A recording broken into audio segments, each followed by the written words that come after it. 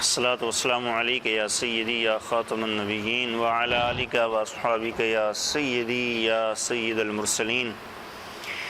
عام طور پہ کچھ لوگ تشکیک اور تذبذب کے اندر یعنی کہ بھینسے یا کٹے کی قربانی کو تسلیم نہیں کرتے اور زبردستی اپنے عقائد بھولے بالے مسلمانوں پر ٹھونسنے کی نوعیت تک چلے جاتے ہیں۔ آئیے ہم آپ کے سامنے قرآن و حدیث کی روشنی کے اندر رکھتے ہیں کہ بھینسا یا کٹا یا بھینس اس کی قربانی احادیث سے ثابت ہے۔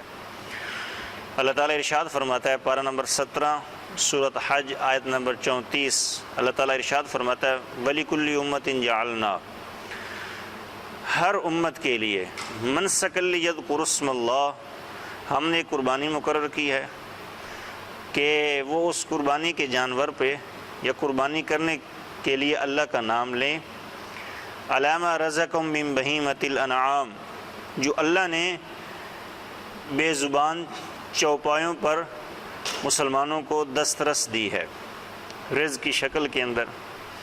اب بہیمۃ الانعام بے زبان چوپائے ہیں۔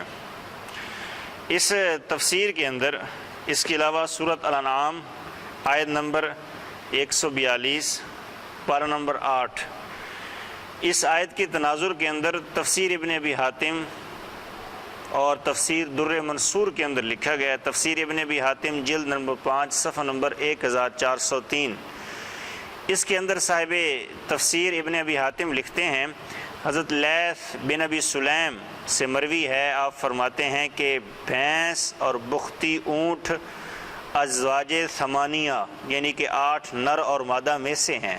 یہ تفسیر ابن ابی حاتم کے اندر لکھا گیا ہے۔ آگے چلتے ہیں کہ تفسیر در منصور جس کے اندر حافظ جلال الدین سیوطی علیہ رحمہ لکھتے ہیں، جلد نمبر 3 صفحہ نمبر 371، حافظ جلال الدین سیوطی بھی فرماتے ہیں کہ بھینس ازواج ثمانیہ وہ 8 نر اور مادہ جن کا قرآن نے حکم دیا ہے اور حدیث کے اندر صراحت ہے کہ تم ان کو قربانی کے عمل میں لا سکتے ہو۔ آگے چلتے ہیں، محدث مشہور ہیں امام نووی علیہ رحمہ۔ امام نووی علیہ رحمہ فرماتے ہیں کہ بھینس انعام کے تحت داخل ہے اور اس کی قربانی جائز ہے۔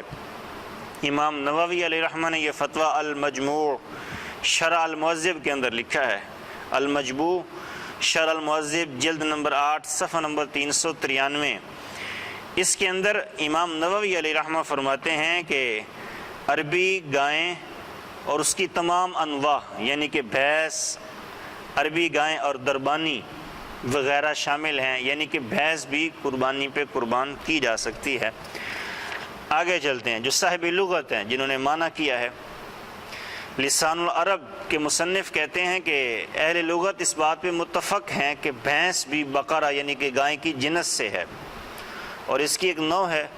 چنانچہ عربی زبان کی مشہور لغت، مشہور کتاب لسان العرب کے اندر لکھا گیا ہے کہ الجاموس نوع من البقر، یعنی کہ بھینس گائے کی ایک قسم ہے۔ بلکہ اس سے آگے چلتے ہیں تو تاج العروس کا جو مصنف ہے وہ بھی کہتا ہے کہ بھینس گائے کی ایک قسم ہے۔ تاج العروس جلد نمبر 15 صفحہ نمبر 513۔ لغت کی ایک اور کتاب ہے المعجم الوسیط، اس کا مصنف بھی لکھتا ہے المعجم الوسیط جلد نمبر 1 صفحہ نمبر 134، وہ بھی لکھتا ہے کہ بھینس ایک پالتو جانور ہے جو گائے کی جنس سے تعلق رکھتا ہے۔ اس کے علاوہ مختلف محدثین فقہا کے فتاوی جات ہیں۔ حضرت عمر بن عبدالعزیز، حضرت سفیان ثوری، حضرت امام مالک، حضرت امام حسن بصری رحمۃ اللہ تعالیٰ فرماتے ہیں کہ جب ہم زکوٰۃ کے احکامات بیان کرتے تھے نا تو اس میں بھینس کو گائے کی جنس شمار کرتے تھے کہ جو ویلیو زکوٰۃ کے اندر کوانٹٹی کے اعتبار سے گائے کی ہے وہی بھینس کی ہے۔ جتنی کوانٹٹی جتنی تعداد کے اندر گائے میں زکوٰۃ واجب ہے اتنی ہی بھینس کے اندر ہے۔ ہاں اگر کسی کے پاس کچھ بھینسیں ہیں اور کچھ گائیں ہیں تو دونوں اجناس کو یعنی کہ گائیں اور بھینس کو ملا کے ان کی کوانٹٹی ان کی تعداد برابر کی جائے گی، پوری کی جائے گی تو اس بندے پہ بھی زکوٰۃ دینا واجب ہوگی۔ مثال کے طور پہ کچھ بھینسیں ہیں اور کچھ گائیں ہیں تو تعداد برابر کی جائے گی۔ جب تعداد مطلوبہ زکوٰۃ دینے کی حد تک پہنچ جائے گی تو اس بندے پہ زکوٰۃ واجب ہو جائے گی۔ اس سے آگے بات کو مختصر کرتے ہوئے امام زین العابدین محمد عبد الرؤف مناوی علیہ رحمہ المعروف امام مناوی نے کنوز الحقائق فی حدیث غیر الخلائق کے اندر لکھا ہے، لکھتے ہیں جلد نمبر 1 صفحہ نمبر 114 پہ یہ لکھتے ہیں کہ الجاموس ان سبعۃ الاضحیۃ، کہ بھینس 7 قربانیوں کی طرف سے کافی ہے، یعنی کہ بھینس کے اندر 7 لوگ حصہ ڈال سکتے ہیں۔ اسی طرح مسند الفردوس کے اندر امام دارمی نے لکھا ہے، راوی ہیں حضرت علی شیر خدا کرم اللہ تعالی وجہ الکریم، مسند الفردوس جلد نمبر 2 صفحہ نمبر 124۔ یہ جو دلائل آپ کے سامنے رکھے جا رہے ہیں یہ عربی کتب سے ہیں، اس کے اندر آپ مطالعہ کر سکتے ہیں عربی کتب سے۔ امام دارمی نے مسند الفردوس کے اندر حضرت علی رضی اللہ تعالیٰ عنہ کے حوالہ سے بیان کیا ہے کہ الجاموس تجزی عن سبعۃ فی الاضحیۃ، حضرت علی رضی اللہ تعالیٰ عنہ شیر خدا سے مروی ہے کہ بھینس قربانی میں 7 افراد کی طرف سے کافی ہے۔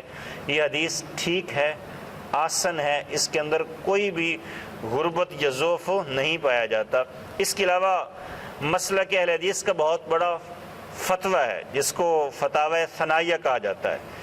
فتاوی ثنائیہ کے مؤلف اور تخلیق کرنے والے صاحب لکھتے ہیں، فتاوی ثنائیہ جلد نمبر 1 صفحہ نمبر 810 کے اندر، یہ بہت بڑے عالم دین ہیں مکتب اہل حدیث کے، یہ لکھتے ہیں کہ حجاز کے اندر، عرب کے اندر بھینس کا وجود نہیں تھا، جس کی وجہ سے نہ رسول اللہ صلی اللہ علیہ وسلم نے قربانی کی نہ صحابہ کرام نے قربانی کی، کیونکہ ایک جانور ایک علاقے کے اندر پایا ہی نہیں جاتا تو اس کی قربانی کون کرے گا۔ لیکن آگے فتاوی ثنائیہ کے مؤلف تخلیق کرنے والے لکھتے ہیں ہاں اس جنس کو گائے کی نسل سے مانا جائے گا، جتنا احناف نے قیاس کیا ہے تو اس کی قربانی جائز ہے۔ یہ فتاوی اہل حدیث کے مکتب اہل حدیث کے بہت بڑے عالم دین کا اقرار نامہ ہے جو انہوں نے فتاوی ثنائیہ جلد نمبر 1 صفحہ نمبر 810 پہ لکھا ہے۔ آگے مکتب اہل حدیث کا فتویٰ فتاوی علماء حدیث، اس کے اندر علماء حدیث کے فتاوی جات ہیں، فتوے ہیں، انہوں نے ریکمینڈ کیا ہے۔ فتاوی علماء حدیث جلد نمبر 3 صفحہ نمبر 71 تا 74، اس کے اندر علماء اہل حدیث لکھتے ہیں کہ بھینس بھی بہیمۃ الانعام کا فرد ہے۔ بہیمۃ الانعام یعنی کہ بے زبان چوپائے، بہیمۃ الانعام کی قربانی منصوص ہے تو بھینس کی قربانی بھی قرآن کی نص سے ثابت ہے۔ صاحب پہلے دلائل تو ہم نے اپنے فقہا کے دیے تھے نا، حدیث کے اعتبار سے دیے، لیکن یہ جو دلائل ہیں یہ مکتب اہل حدیث کے معتبر اور مؤکر علماء نے دیے ہیں۔ اسی لیے میں استدعا کرتا ہوں کہ وہ معصوم بھولے بھالے مسلمان جنہوں نے کٹے یا بھینسیں یا بھینس کی قربانی کرنی ہوتی ہے، ان کی قربانی کے اندر تشکیک، تذبذب، وہم مت ڈالیے۔